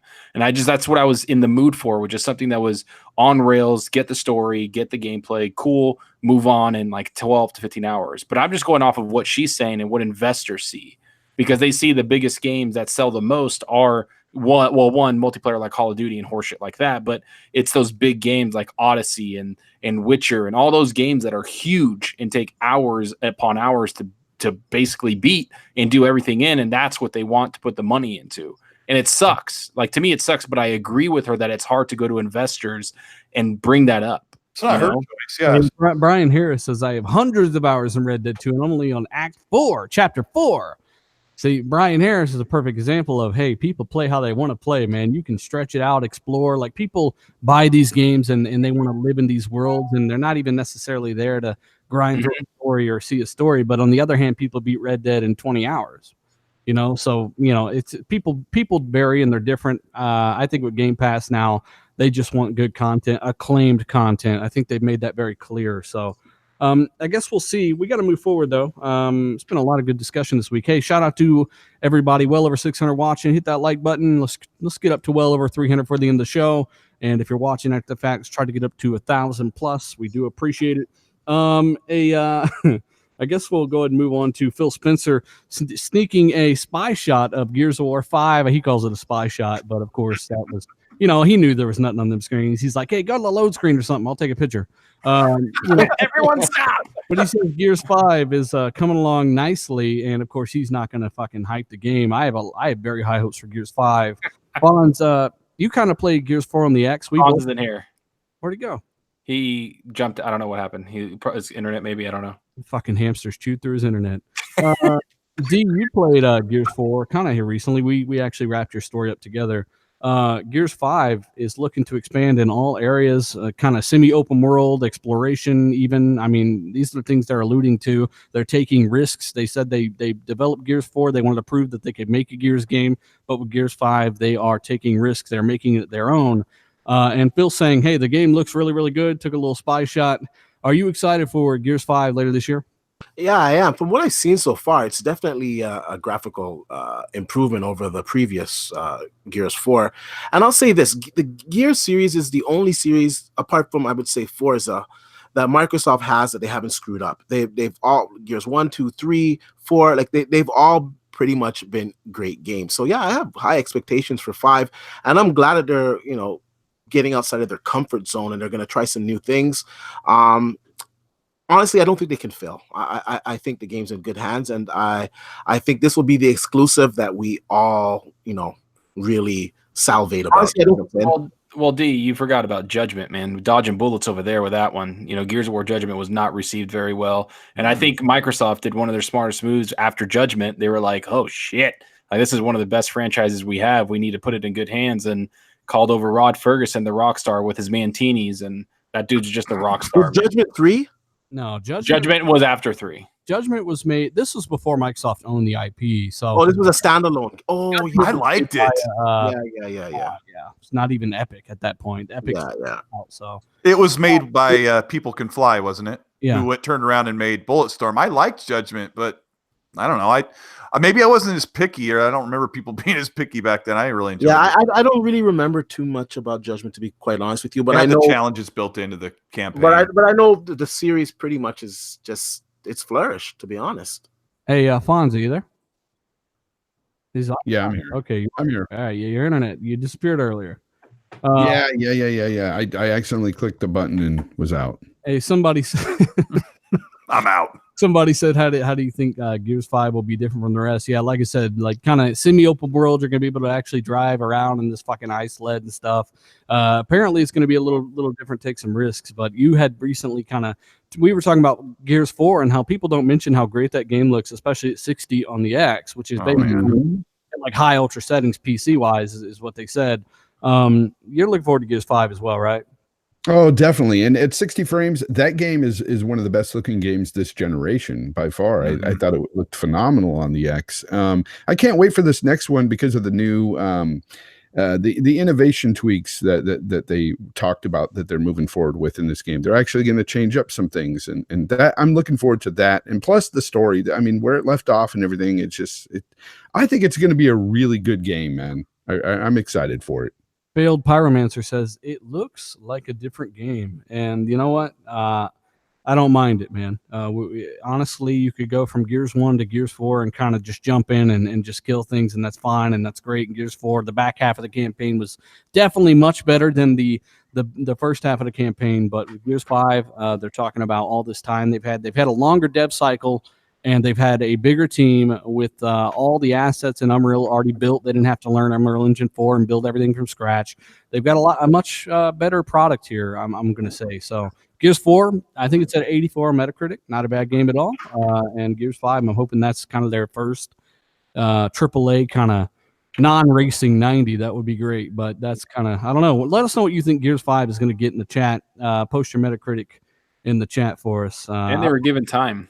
Yeah, I'm hoping high 80, maybe a 90. Like I just want Microsoft to kind of get one of those in a AAA vein that's not racing. Creolo in the super chat says we should take time to deliver a great game, and it's exactly what Phil has said. They're going to give them time to build interesting worlds and characters. Completely agree. Time is very important. We're getting a lot of high 80s, a lot of mid 80s, a 92 Mega Bad Seed. Yeah. I mean, a lot of people have a lot of faith in this game, so I'm really hoping that it does really well. Others Inc. 53 from Ryan McCaffrey. Wow, Others Inc. Jesus. Fonz a 60. What a fraud. Yeah. Hey, there's what's going on here with this this kind of rumor thing going on with the next Xbox being revealed at E3. Zalker, you covered this, right? Yeah, I did, and it's basically that rumor from a couple months ago, I think 2 months ago or a month and a half ago, about that Reddit stuff is actually looking really like it was on point. And it wasn't just about the next Xbox. It was about the games coming out, the games launching with the next Xbox. They're going to have 2 SKUs like we've talked about, like dealer predicted, 75 years ago before we were all even conceived. They're going to have the Lockhart, which is going to be, about $299 probably, and then they've talked about the Anaconda, which is going to be $599 or $499. But those prices we don't know; they're not confirmed. Nothing's confirmed, but it's looking like multiple sources are having kind of around the same power and the same everything. And Halo Infinite's looking to launch with the new consoles, and they even talked about this leak. Even talked about Ninja Theory's game coming out early next year. So we're a year away from potentially a new IP and the first game from one of these new studios. There's a lot to unpack, and it's kind of crazy. And a little side thing that if this Reddit rumor, which a lot of people seem to be reporting on, and it might be true, also hinted at 2020 and 2021 being crazy years for games and Xbox. Mm-hmm. Like they're really gonna flex. Well, what do you mean? You're not scared? You're not scared of the future? I'm scared of them flexing. That's what I'm scared of. Is it gonna the sleeves? It is, yeah. I don't know what's gonna happen. I just don't know. The unknown scares me. Would you say that you're scared of Xbox? I'm terrified of Xbox. I think that they're going to go into a potato and then not do anything and give us no consoles and no games, but still have Game Pass for some reason. You think they're going to you're so right. Potato, and you're going to be scared because they like potatoes? I have a lot of estrogen. Well, I got a question though. Will Xbox release Game Pass on my Samsung refrigerator? It does have a screen. Well, I'm scared, Fonz. I mean, are you going to be able to still play the game on your fridge when the fridge is open? There's so many things we don't know. Man, I'm scared right now. I'm scared of this chat. I'm scared of this whole podcast. All right, guys. I got a lot of DMs about this last little thing that everyone was talking about. Why didn't I cover it? Because I had already, we'd already talked about this kind of over and over. And, the tech stuff kind of stayed the same. So I figured, let everyone else repeat what was already said. And then the games thing we had already said on this show that you would see things like Halo Infinite most likely as a launch title. I would hold off on Ninja Theory's game and make that a launch title too. Fuck it.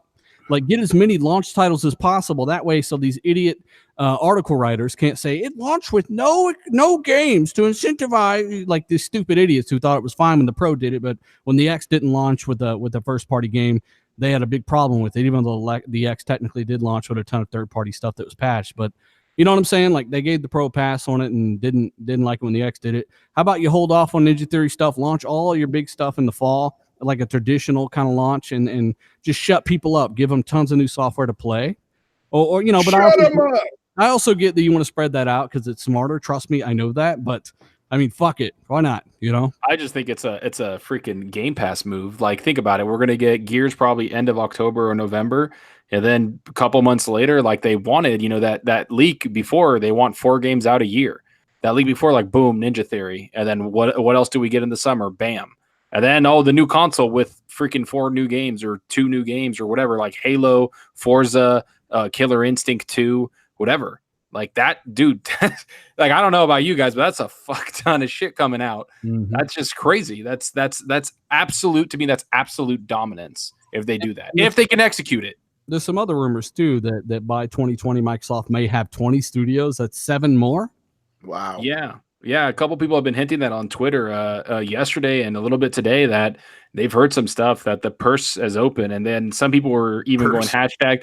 People were saying hashtag 20 by 2020, and that was a video I brought out talking about, like, not their birthdays, their 20th birthdays in 2020. Yeah, no, they're talking about maybe having 20 studios. Darth Vader's in the house, but they were talking about having they were talking about having 20 studios, and that's something I said in one of my videos. In order to get 4 games out, they're going to need at least 18 to 20, maybe even 22 studios to get those 4 games out a year. And they said they don't want to rush those games. They want to have them bake and be ready to come out and actually be polished, which, if you need that, you're going to need multiple studios in case one is like, hey, we need a little extra time. Look at Halo Infinite. Look at Days Gone. Look at every game. That's Crackdown. Delays happen, people, and you need to have a backup plan. John Doe says THQ Studios will be on a fire sale here soon. Oh, boy. Oh, man.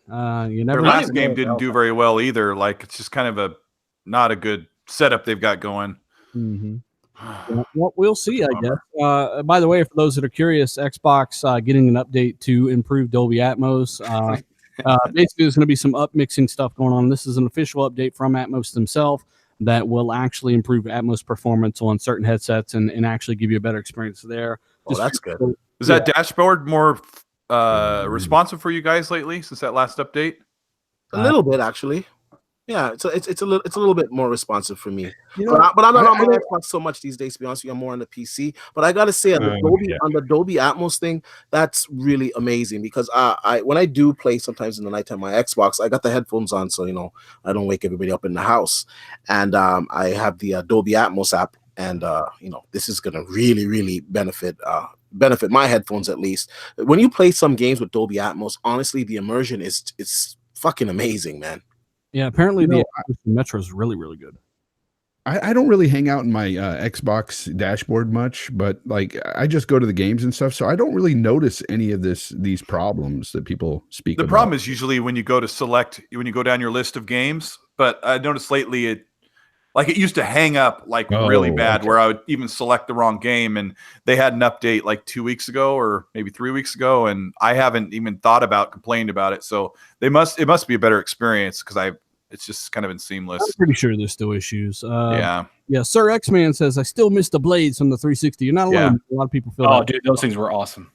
Yeah, I'm sure if you go back, though, you're like, you're just one of those other things, It's kind of like looking at Gears of War 1 and then playing the Gears Ultimate, and you're like, I remember Gears of War 1 looking better than Gears Ultimate, and it's kind of like just how your mind captured that stuff, you know? So Yeah, I went from Gears of War Ultimate to Gears of War 2. Me and my buddy played through Gears of War 1 on the Ultimate Edition, and it was awesome. And then we went to Gears 2, and 20 minutes in, we were like, I have a headache. Now and it's then they X enhanced it. Yeah. I think when they talk about the blades, though, they talk about how they just worked. You know, they didn't really have much issue back then, and that's the number one thing I think that we miss from that generation is the fact that we didn't have a lot of issues with just the UI alone. You know, so yeah. Hey, D-Batch, Z Blackhearter wants to know if you order your HoloLens 2 yet.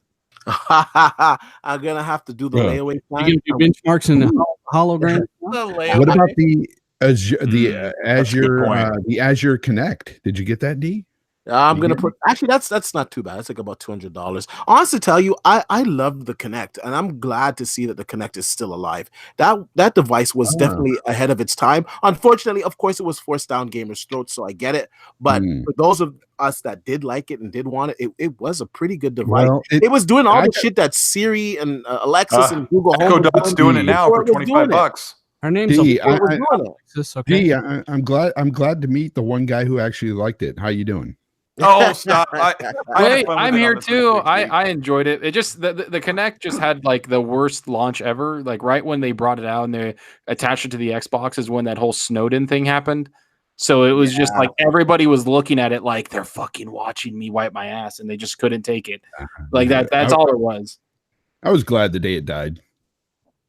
I taped the pound of coke to my gooch, and they saw it. Hey, sir. I like. Yeah, sir. Are you reading that sir comment? Yeah. But then D had a seizure. Sir X-Man says, how come you can't use USB keyboards or headphones and stuff on the X?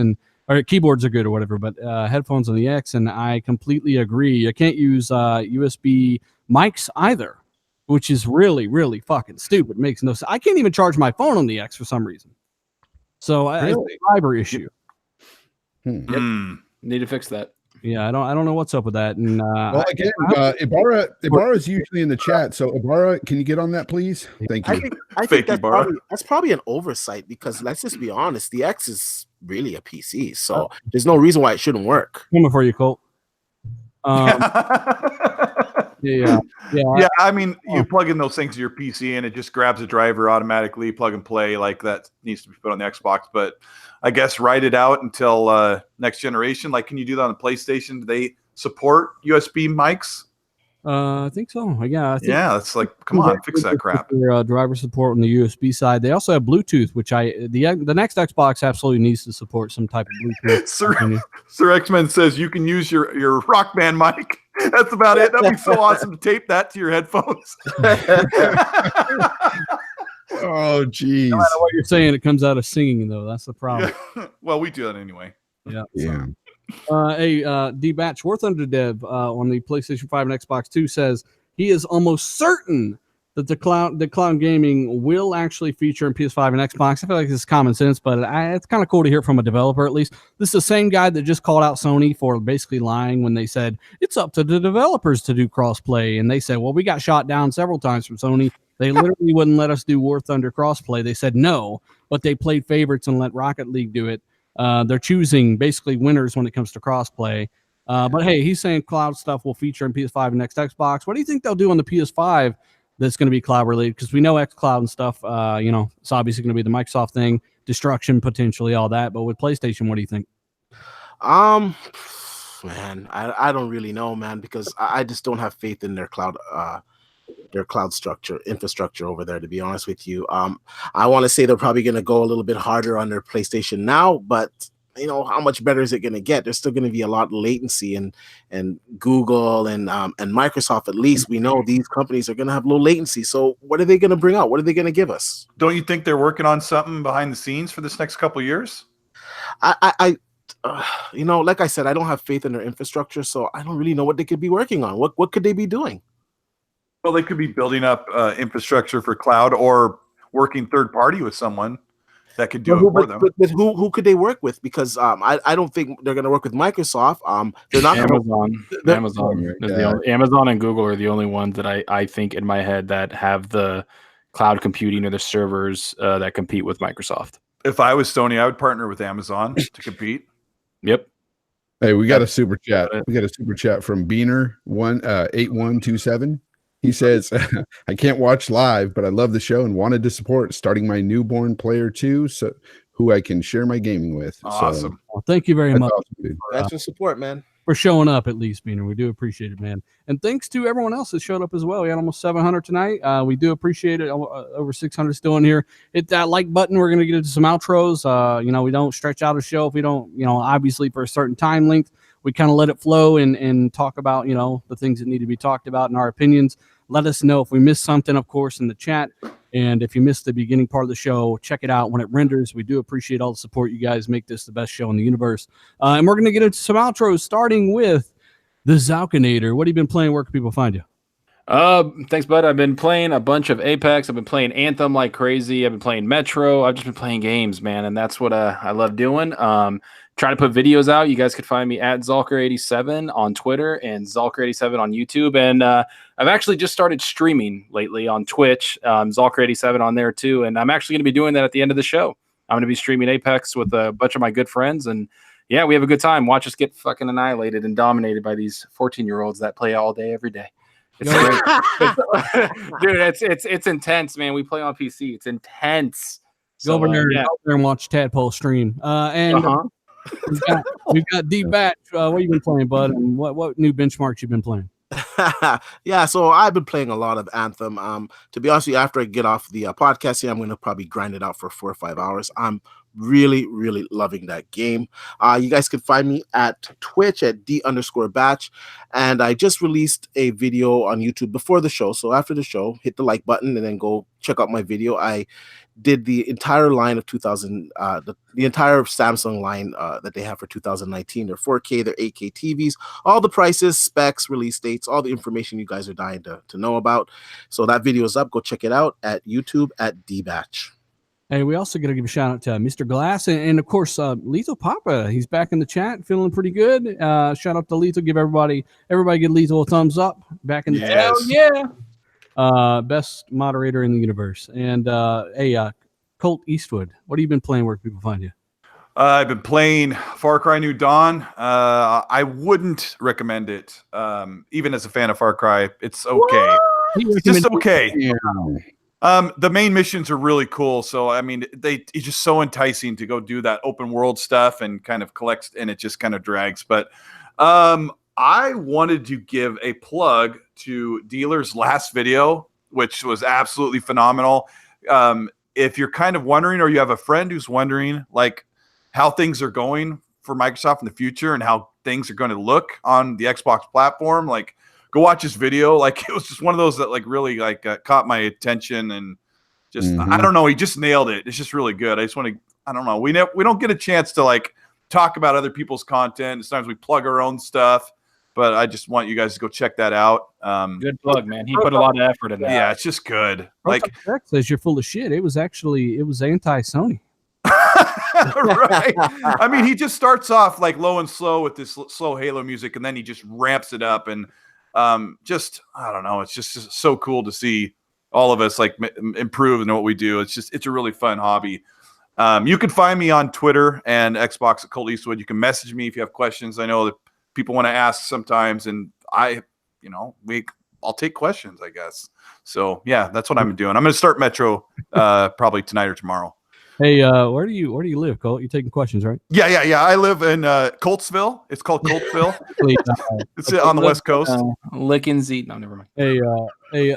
So yeah, Colt. Thanks for joining us yet again for another great show. We've also got Fonzarelli. What have you been playing? Where can people find you? Yeah, as I said earlier at the beginning of the show, I just beat Metro. Metro is a sleeper hit for me, guys. I mean, it's really one of those games that snuck up on me this year. So check that out if you haven't. And I echo Colt's sentiments about your video, Dealer. It was a phenomenal video, great video. And I also have to say that that you guys need to look at this stuff from a different perspective, at least hear us out, hear everybody out, all sides really, when it comes to Microsoft and its future. and try to be more positive on the situation, because I really do think that what they're moving towards, what they're striving for, is honestly more pro-consumer. So I'll leave you with that, and you can follow me at Jay Fonzarelli on YouTube, on YouTube and Twitter. I had to figure out what social media is. It MySpace? No, it's Twitter. And now they're wondering where the fuck your video's at. Where's that next video at, Fonz? Yeah. I'm actually working on a video right now, and it's talking about trying to be more positive with the Xbox brand. So that'll be out probably tomorrow or the next day. I'm not sure. I'm still working on it. Positive for STDs? Like what do you mean? Like positive? Yeah, it's Xbox has AIDS. It's dead. All right. Well, sorry to the one person with AIDS in the chat. We're gonna get somebody. So it's just jokes, not serious. Brian, no, you do not need to play the previous Metros to play this one for the story. Trust me. This is kind of a reboot in a way, but it kind of also shifts direction. It's actually really nice. I need to play some more, but I just haven't had any fucking time. I finally got a new PC. I got a new Threadripper rig, and that's what I used to put that video together. That thing's a monster. And I've been dealing with that, getting all that set up, getting everything set up. And then I've got some stuff going on in the background here, as well as school stuff. So I finally was able to get some time into a video and get that out. And I'm going to get back on schedule with videos as well. So I'm going to play Metro. That's what I'm kind of getting at. What are you saying, D? I was just going to ask you how much did it cut your render times down to using the Threadripper? Oh man, well, you guys know I render extremely high bit rates at 4K. Every video is 4K, except for when YouTube is having that bug issue where it just wouldn't go 4K, which it seems to be kind of fixed. But yeah, the render times on the 8th generation i7 were for a 10-minute video, probably like 25 minutes or so, and that's at a very, very high quality. And with Threadripper, it cut it down to like fucking 7 minutes or some shit. Oh wow, that's amazing. But I hate you. But because we're so capable, I've just decided to increase the quality even more, because I can do that and still I still got like 8 cores that aren't even being touched, so I can just do whatever in the background. Like, it's crazy. So it's nice, man. It's funny, we're such frauds and we're such corporate shills, but we got better PCs than most of these fucking idiots. Yeah. But hey, once more, check out Fonz's last video, check out Colt's last video, check out my last video, check out Zalker's last video, subscribe to everybody, support everybody. And once more, thank you guys for doing what you do. You're the best. Check out D's last video too. Yeah, check out D's last video. D, what was your last video about? My last video, I just dropped it. It was the one that on Samsung's 2019 lineup, everything, their specs, prices. There you go. What to? I'll be there. Yeah, it's what, honestly, I know we're getting off the air now, but this is a very interesting year for televisions from both Samsung and LG. Both of these manufacturers are going to offer FreeSync on their televisions. And so far, LG has confirmed HDMI 2.1. If you watch my video, you'll get a little bit more understanding on the HDMI 2.1 on the Samsung television. But at least the LG has been confirmed. So that's going to do 4K 120 hertz. So that, pretty much future-proofs you for the next 4 years, for gaming. So that's pretty cool. 4 years, shit. Gee. Hey, dealer, somebody just said, hey, Cole, I like some of your content, but I feel like you bag on other games, but not Xbox games. And he's talking about I like Crackdown 3, but not Far Cry.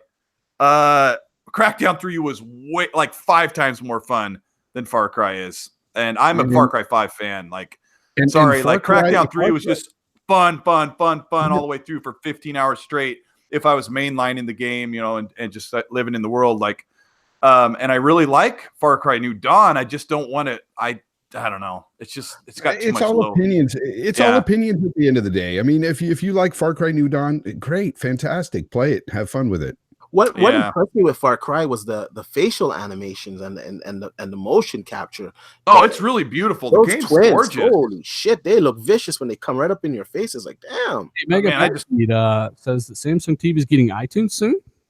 I believe they are going to have iTunes support. Yeah, I believe they have iTunes support. I think the damn consoles need an iTunes app because I believe LG the LG TVs are doing it too. They're going to have iTunes support as well. They need Google Play and iTunes on the consoles and TVs, definitely.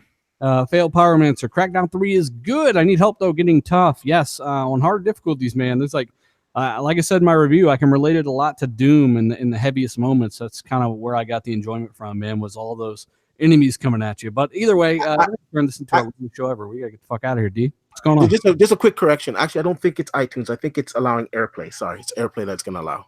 Ooh, that's good too, though. Yeah, that's not bad. I guess if you already have a PC or a phone or something that can do that.